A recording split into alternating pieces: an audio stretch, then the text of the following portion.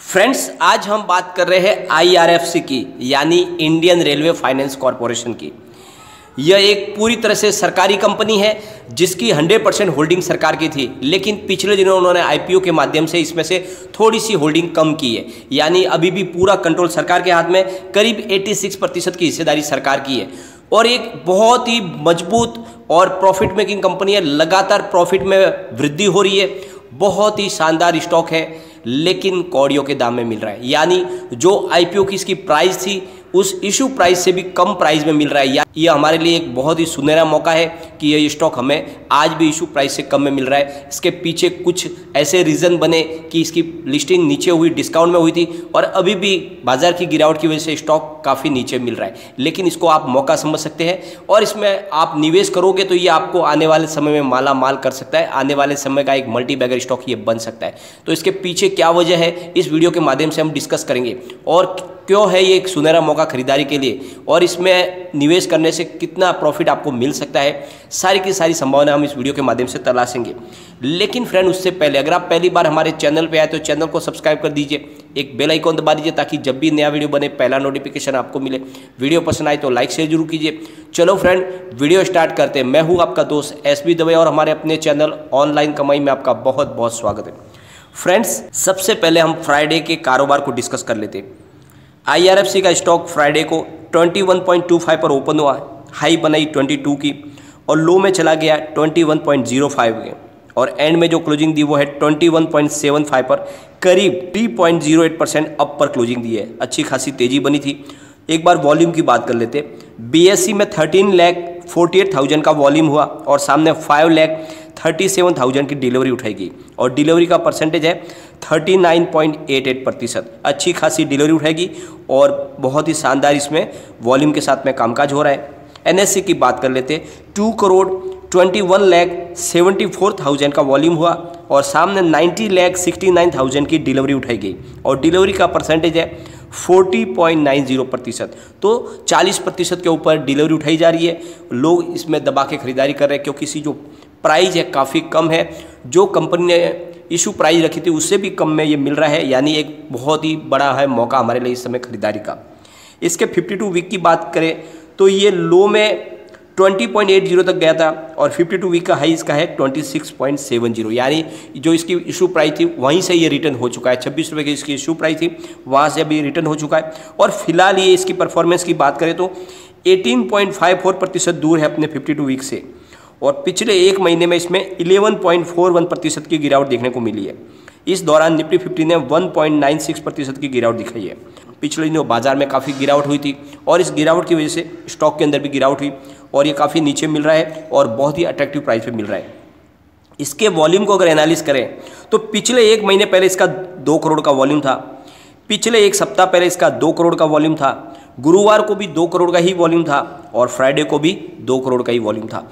तो एक ही वॉल्यूम के साथ में कामकाज हो रहा है। इसका मतलब ये हो गया कि बहुत ही ज़्यादा स्टेबल है स्टॉक, यहाँ पे उठा पटक नहीं है, तो इसमें बड़ी गिरावट की कोई संभावना नहीं है। हाँ, प्राइस धीरे धीरे बढ़ेगी, बहुत जल्दी बढ़ नहीं सकती, लेकिन इसमें आपकी आप जो निवेश करोगे वो आपका निवेश सुरक्षित रहने की जवाबदारी बहुत ज़्यादा है। यानी एक तो 100% सरकारी कंपनी है, पैसे डूबने की आपकी संभावना बहुत कम है और इसमें निवेश करने पे आपका प्रॉफिट आगे बढ़ने की बहुत ज़्यादा संभावना है। और इस समय जब बाजार की दिशा किसी को भी नहीं पता है कहाँ कब जाके कहाँ बड़ी भयंकर गिरावट हो जाए, तो ऐसे समय में आपको सुरक्षित निवेश करना चाहिए और ये स्टॉक ऐसा सुरक्षित स्टॉक है जो आपके निवेश को पूरी तरह से सुरक्षित रख सकता है। तो इस समय आपको इसमें निवेश करने के लिए आपको सोचना ही चाहिए।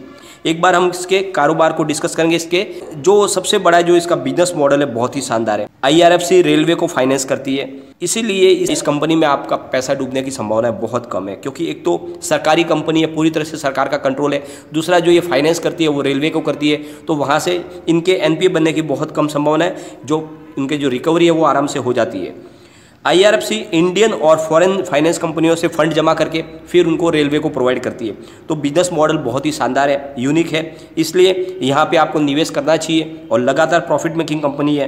1986 में कंपनी की स्थापना हुई थी और इसका मार्केट कैप है 28,424 करोड़ का। फ्रेंड्स, अगर हम आईआरएफसी के रिजल्ट की बात करें तो Q3 के दरमियान उन्होंने बहुत ही शानदार रिजल्ट दिखाया है।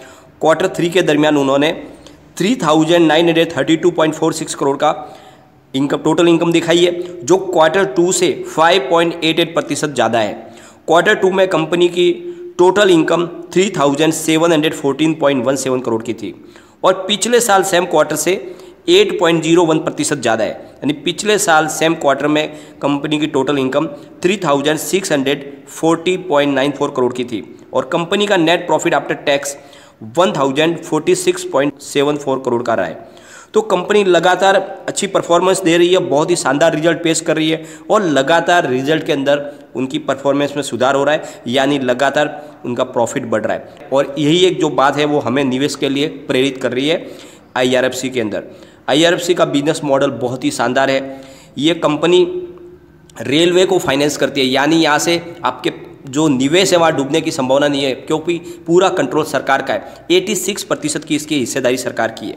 तो यहाँ पे अगर आप निवेश करते हो तो आपका निवेश पूरी तरह से सुरक्षित रहेगा और बहुत ज़्यादा प्रॉफिट बढ़ने की संभावना है। और सबसे बड़ा हमारे लिए अगर एक अच्छी बात कही जाए तो ये स्टॉक अभी भी अपनी इशू प्राइस से काफ़ी नीचे मिल रहा है, क्योंकि इसका जो इशू प्राइस रखी गई थी कंपनी की तरफ से वो 26 की रखी गई थी और कुछ कारणों के वश इसकी जो लिस्टिंग डिस्काउंट में हो गई थी और करीब 4% डिस्काउंट में लिस्टिंग हुई थी और वहाँ से इसने एक बार प्राइस अपनी इशू प्राइस को पा लिया था, लेकिन बाजार में एक तरफा गिरावट हुई क्योंकि आपको पता ही है कोरोना के मामले बढ़ गए और इस वजह से इसके शेयर में भी गिरावट हुई और ये अभी फिलहाल जो है आपको बहुत कम, यानी करीब अपने इशू प्राइस से 5 रुपये कम नीचे मिल रहा है। तो यहाँ पे आपको बिल्कुल खरीदारी करनी चाहिए और इसको एक आप लॉन्ग टर्म नजरिया रख के खरीदारी करें। आने वाले समय में आपको ये माला माल कर सकता है और इस समय जब बाजार का डायरेक्शन हमें पता ना हो तो ऐसे शेयरों में ही निवेश करना चाहिए जो हमारा निवेश भी सुरक्षित रहे और हमें अच्छा खासा प्रॉफिट भी मिले।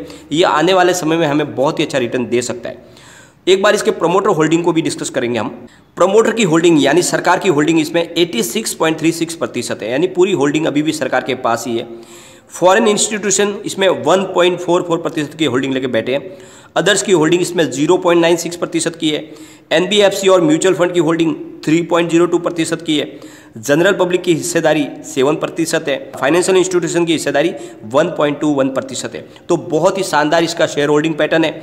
बहुत ही कम होल्डिंग है जनरल पब्लिक के पास, इसीलिए यहाँ पर बड़ी उठापटक की कोई संभावना है नहीं और इसमें आपको बिल्कुल निवेश करना चाहिए। ये आपको आने वाले समय में बहुत ही अच्छा रिटर्न दे सकता है। मैं आपको बोलता हूँ इसको आप FD के तरीके से निवेश कीजिए। जिस तरह से आप पोस्ट ऑफिस में, बैंक में 10 साल के लिए FD करते हो, एक FD IRFC में करके रखिए। आप भले 10-20 हज़ार का निवेश कीजिए, यह आपको बहुत ही मल्टी बैग रिटर्न दे सकता है। अगर आप 10 साल के लिए इसमें अगर निवेश कर लेते हो 10,000 तो 1 लाख रुपए बनने की आराम से इसकी गारंटी बन जाती है।